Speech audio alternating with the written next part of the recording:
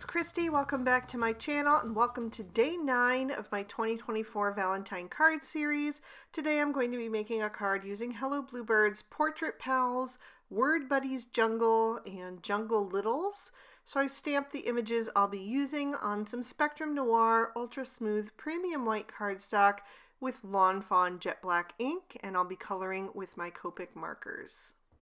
I'm going to begin with my koalas, and I decided to go with some warm grays for them. I just thought it suited the color of their fur the best.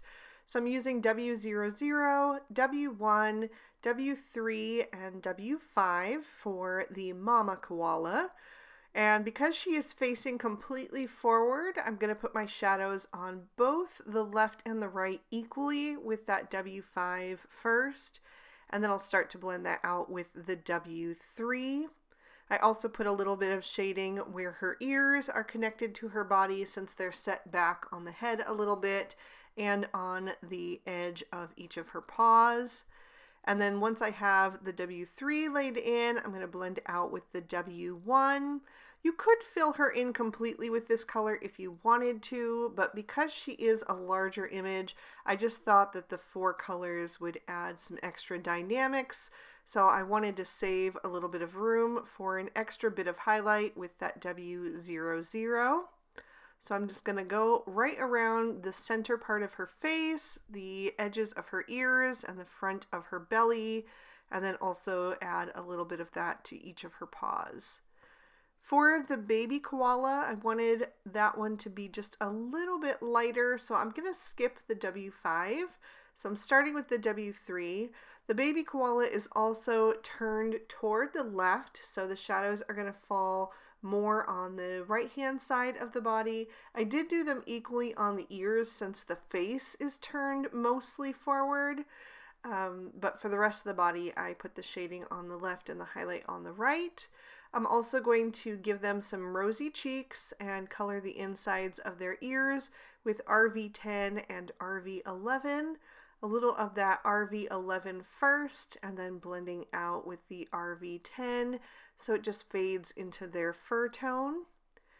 And I think that makes them look really nice and cute. I'm going to keep those 2 shades and add in the RV13. Mine has always been a bit leaky, so I'm going to pull off both caps to equalize the pressure in the barrel. That usually stops any leaks from happening. And I'm going to do the flowers. So I'm starting at the outside edge with that RV13 and blending toward the center with the other shades. But I did want to leave a little bit of white at the very center, so I'm letting that fade into the white cardstock. Ultimately, though, I decided that it wasn't quite bright enough for me. I wanted to have a more vibrant pop of color. So I'm adding in the RV14, and then I'm going to do a different flower to kind of just test it out. If I don't want them all to be the same, I can have some lighter versions, but I ended up liking the more vibrant color anyway, so I am going to go back and fix the first one in just a second. So I'm just going to go back and add a little bit of that RV14 to the edges, and then I'll also do the third flower at the same time since I know that that is the look that I am now going for. And then of course I'll go back to the RV13 to blend that out, and I'm just pulling that color toward the center like I said, but making sure that I stop far away from the very middle of that flower because I do want that little bit of white space. I just like the way that that looks and makes the flower look extra delicate. So I'm going to keep this combo but darken it up even further by adding in RV17 to do the little heart, which is from the Word Buddies Jungle set along with the baby koala. I put my shading down at the bottom right and the highlight at the top left. And now I'm going to start to do my leaves, and I want to use a whole variety of different greens for the leaves, but I want to make sure that they match and really go together cohesively. So the first group that I'm going to do is these larger, broader leaves. It looks like a monstera plant. I'm going to use G16, G19, and G29 for these. I added the G29 down the center line and then a little bit at the bottom of each of the little ridges of the leaves, and then I'm blending out toward the end with the G16. Although I will say that the G16 and the G19 aren't really that far apart. So you could go down to the G14 instead of the 16, which I will bring in a minute for a different leaf. But for these, I just decided to go nice and bold because I did want to have a lot of different contrast since there is so many leaves in this scene. But I really like that because I think it looks nice and full and like it's really a jungle, or I guess koalas, they aren't really in the jungle, but you know, it just looks like a tropical scene, I guess is what I'm trying to say. So yeah, I'm just going to fill in these two leaves with this combo, and then like I said, I'm going to keep that G16 and add in G12 and G14, and I'll do a few more leaves. And that way I can really make sure that my leaves kind of match and fit together, even though there is such a variety, by just kind of keeping in those same tones and reusing some of the same combos. Not always. I was really referring to my Copic color chart that I always keep off to my right hand side when I am coloring, so that I can check and just choose color combos that I think are going to fit well together naturally. So some of these leaves I also did just 1/2 of the leaf with this combo to also create a bit of interest, and just tried to make sure that those colors would appear in different places on the card. But I tried to stick to leaves that had a similar look to them. And then I am going to move on to these fern type leaves, and for that I'm using YG41 and YG45. The leaves are super narrow and short, so I'm just using the two shades, but I started with the YG45 at the base of each leaf, then blended out toward the end with the YG41, then added a smaller little dot of the YG45 closest to the stem to add some extra contrast so it looks as if there are actually 3 colors there. And then I'm also going to do a couple of these smaller leaves and just do the half that remains with those 2 shades as well, which I think suits with the color combination that I had used on the darker half. And then I'm also going to do 1/2 of each of these smaller leaves. I really like the two-tone look, so I went ahead and did that. And then I'm going to move on to G00, G02, and G03 for these longer leaves that kind of resemble feathers. So the G03 down the center line, then blending out with the G02, and then using the G00 on the edges, and then I went back down that center line with a little extra of the G03 to just darken it up. I'll also do the second half of each of those smaller leaves, and that other leaf down at the bottom that looks like a feather. So you'll notice that I went with very cool toned greens for most of these leaves, whether it was the G family or the YG family. I stuck with greens that were more in the cool tones to try to get them to work together and match. But I did want to have a little bit of like a yellow green mix in there to just liven up the combo and just create more of like that sunshiny feel. So I went with YG00, YG03, and YG05 for these last 2 plants with the super skinny leaves.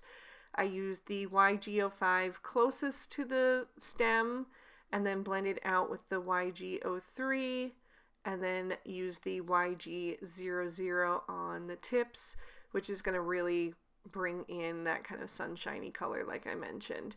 And I think that works well just to break up all of the cool tones with a little bit of something that creates some warmth to the scene. I also use the YG00 to fill in the very centers of those flowers, and then I took a black Sakura Jelly Roll pen and got that going off to the side. I'm going to go over the eyes of both of my koalas just to make them nice and bright and shiny again. It's an extra step, but I think it really does bring your images to life, and then I will trim these images out with their matching dies. For my background, I've got a piece of Bristol smooth surface cardstock, and I'm going to do a really easy watercolor technique. I haven't done this in a while, but I always love the look that it gives. So I'm going to do that using my Distress Oxide inks. So I'm just pressing them onto an acrylic block, and then I can pick up the pigment with a little bit of water and then paint it on that paper wherever I want it to go. The first shade that I'm using is Kitsch Flamingo, and I'm adding it towards the top right and the bottom left. Next, I'm going to bring in Twisted Citron, and I'm going to be very careful with how I apply the color, because I don't want the pink and green to mix too much or they might turn muddy and brown. So I'm being very careful not to go too far over the edge of the pink with the green. And then I want to darken that up a bit as well. So I'm going to bring in the Lucky Clover, which is going to tie in nicely to all of those blue greens that I used for my leaves. So that's what I'm going to place in the center. And then I'm just going to work around and kind of dab color in here and there, not really mixing it too much, but just layering that color on top of each other, adding in extra darkness here and there, just going back and forth until I have a look that I like. And then I will let this panel dry completely. And I did do a second layer of the pink off screen because I just wanted that to be a little bit bolder. After that dried completely, I wanted to come back in and do a bit of splatter detail with each of the three colors. So I just pressed those onto my acrylic block again, and then I'm adding a little bit of water and tapping that off my finger to create some nice little droplets. If you do this while the background is still wet, they are going to kind of wick out and become larger, but I wanted these super fine little droplets, so that's why I let my paper dry completely in between, and I will now set this aside to dry again. In the meantime, I'm going to work on part of my sentiment. I'm using the Jane Small Alpha dies from Hello Bluebird. So I'm going to spell out the word quality. So I am just lining those up on a piece of Poppin' Pink cardstock from MFT. And then I'm going to hold those dies in place with a little bit of Post-it tape and run those through my die cutting machine. And I did have to die cut the A twice. And you can see that my craft mat is getting really well used, so I did have to use a craft pick to get those off of my mat. It's just because there's so many grooves on it, so I probably should replace this one soon, but I like to get a lot of use out of it before I do that. So, and by the way, I will be using that eye, but in a different way, so I'll show you that in just a little bit. I do also want to stamp the rest of my sentiment directly on that background, so I'm popping that into my MISTI, and I'm going to use a sentiment from the Strawberry Jam stamp set. I'm going to stamp that using VersaFine Onyx Black ink, and it's going to say, "Time spent with you is my favorite." I am going to stamp that down twice to make sure it's nice and bold, especially because I'm stamping over those Distress Oxide inks, which can make your ink look a little bit cloudy, but this VersaFine Onyx Black really lays nicely over them. Then I'm going to pop my card base in my MISTI. I'm using Lawn Fawn Cilantro cardstock, and I'm going to use a sentiment from the Little Hugs and then an image from the Word Buddies Jungle. Actually, two images from Word Buddies Jungle. I'm doing another little koala and the same heart that I used on the front. And the sentiment says, "Love you so very much."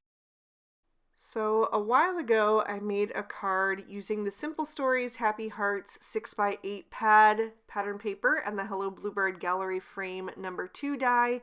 And when you swap out the center part of that die, you end up with 2 frames.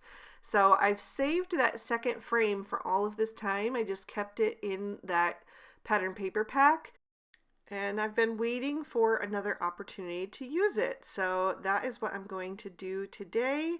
So I'm just peeling off the release paper that I used to line that frame, and then lining it up carefully with the bottom edge of that sentiment. So I'm making sure that it is very close to the bottom edge, but not covered, but also centered in that bottom window at the bottom. So I took my time making sure to line that up where I wanted it, and then just press that all down into place. And now I'm going to glue that to my card front. So I'm just adding some liquid glue to the back of the panel and then lining that up on the edge. It's going to leave a little bit of that cilantro cardstock showing through on all four sides. So I'm making sure it's about equal on all of them and then pressing that down into place. And then I can bring in my images and the rest of my sentiment. I've spelled out the word quality so that it can go just above the bottom part of my sentiment. And I'm going to glue that into place. I'm just using my EK Success reverse tweezers to help me pick those up, and then my Barely Art Precision Craft Glue to adhere those down. I love the super fine nozzle so I can get behind each of those letters very easily. I am leaving a little gap between the word koala and the TY at the end. You'll see what I do in just a minute. But I am just lining up those letters a little bit wonky. For one thing, it makes the sentiment look a bit more whimsical, but also it was a slight bit too long to add it straight on. So it just made sure that I was able to fit the entire word on the panel. So I am going to take that I that I die cut, and I'm going to create a hyphen out of it. So I'm just going to trim that in half with my Cutter Bee scissors. And at first it was just a little bit too long. As I went to apply it, I realized that it would touch both the T and the A, which I didn't want. So I just trimmed it down slightly shorter and then added it to that empty space in between. So now I'm ready to start adding my images, and I'm going to do the koalas first because they're the main part of the card, the center attraction. And I'm adding them at a little bit of an angle because if I put the mama koala straight on, the baby's ear would cover up her right eye, and I didn't want that. So I kind of put them at a little bit of an angle, tilted away from each other. And I did have to keep adjusting that. I added some foam tape to pop them up. And some of the foam tape was overlapping, so they weren't laying quite flat at first, but I fixed that. And once I have them on there, then I can start to bring in the rest of my leaves and fit those into place. I did want to pop my leaves up with foam tape to create some more dimension on the scene, but I had to do it one by one rather than kind of adding all of the foam tape to my images ahead of time as I usually would do, because I knew things were going to be layered and overlapping, and I had to make sure that where I added that foam tape wouldn't hinder anything else from laying flat on the card, because then it would just be really tricky to go through the mail. So I kind of worked my way around the scene doing similar types of leaves at the beginning. So you see that I did the two kind of long ferny yellow-green leaves first, and then I'm doing the two darkest green, broader leaves next, and just trying to balance out the scene, kind of playing with the composition. So I was making sure that leaves that were a similar shape or a similar color didn't end up right up next to each other. I wanted to spread those colors and those shapes around the scene to really draw your eye throughout it. I also want to create some height at the top of the card because there's so much empty space above the koala's heads. So I'm saving my leaves that are kind of long and pointy for that area because it'll just help visually to take up some of that space. And so I'm just going to continue adding in these leaves. And sometimes if the space is easier to add the foam tape directly to the card rather than add it to the back of the image, I will do that as well. It just depends on where the images are going. Usually I do add it to the back of the image, but occasionally when there's just a tiny little sliver of space to add that foam tape, then it's just easier to apply it directly to the card in that area, which you'll see me do again in just a minute. So again, I'm playing with some of these smaller leaves and just figuring out where I can add those to create a bit of height. I decided to do the heart next. I wanted the mama koala to be holding that, so I'm going to put one of her hands curved toward the side to hold onto that heart, and the other hand I'm going to wrap around the baby's back to just hold him against her, which I think is really cute. I love that those hands are separate so that you can use them to be placed in different ways. So I'm down to just the small leaves and the flowers, so I went ahead and added foam tape to the back of most of those so that I can kind of play with the placement and add them in here and there, and again just try to create some more height and break up some of the colors. So I'll add a few of the leaves kind of going up free as well, just kind of almost as if they're maybe hanging down from some vines or something, but just kind of taking up some extra space there. And that last little leaf, I decided that I wanted to add down at the bottom near the sentiment, just to bring some more of the pop of green down there. So I'll add a little piece of foam tape once again and just pop that down in the bottom right corner. And I just kind of wedged that back down in the corner there so that it fit nicely and didn't cover up any part of that sentiment. And now I've got my flowers, and again, this is where I said I'm going to add just a little bit of foam tape directly on the card front rather than on the images, because there's just a small little space where they wouldn't be supported, and it would be so hard to line that up perfectly. So it's just easier to pop that foam tape down in that spot. That one I was having a hard time pulling up the release paper, so I just went ahead and glued right over top of it because there was enough liquid glue under there that it wouldn't matter. This one came up easier, so I went ahead and pulled it off. And then I have one remaining flower, and I'm going to pop that one up toward the top just to pull that pink color a little bit higher in the scene as well. Then of course I wanted to add a little bit of glitter, so I'm using my Stardust Stickles to just add a little bit of sparkle to the centers of the flowers and also on that heart that the mama koala is holding.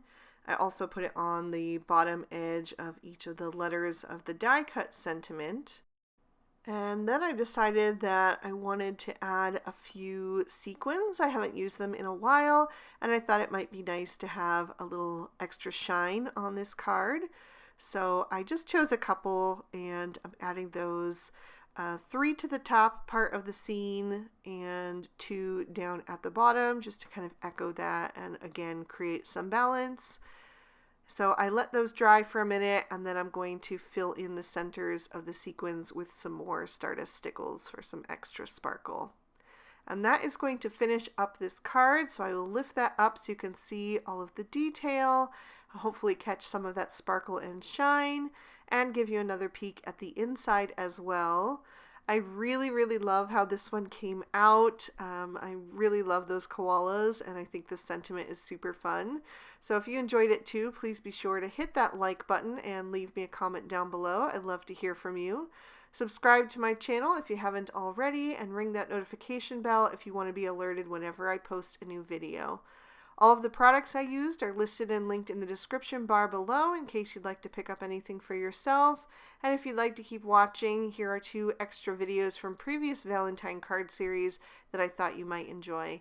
Thank you so much for watching. I hope you all have an amazing day. Bye-bye.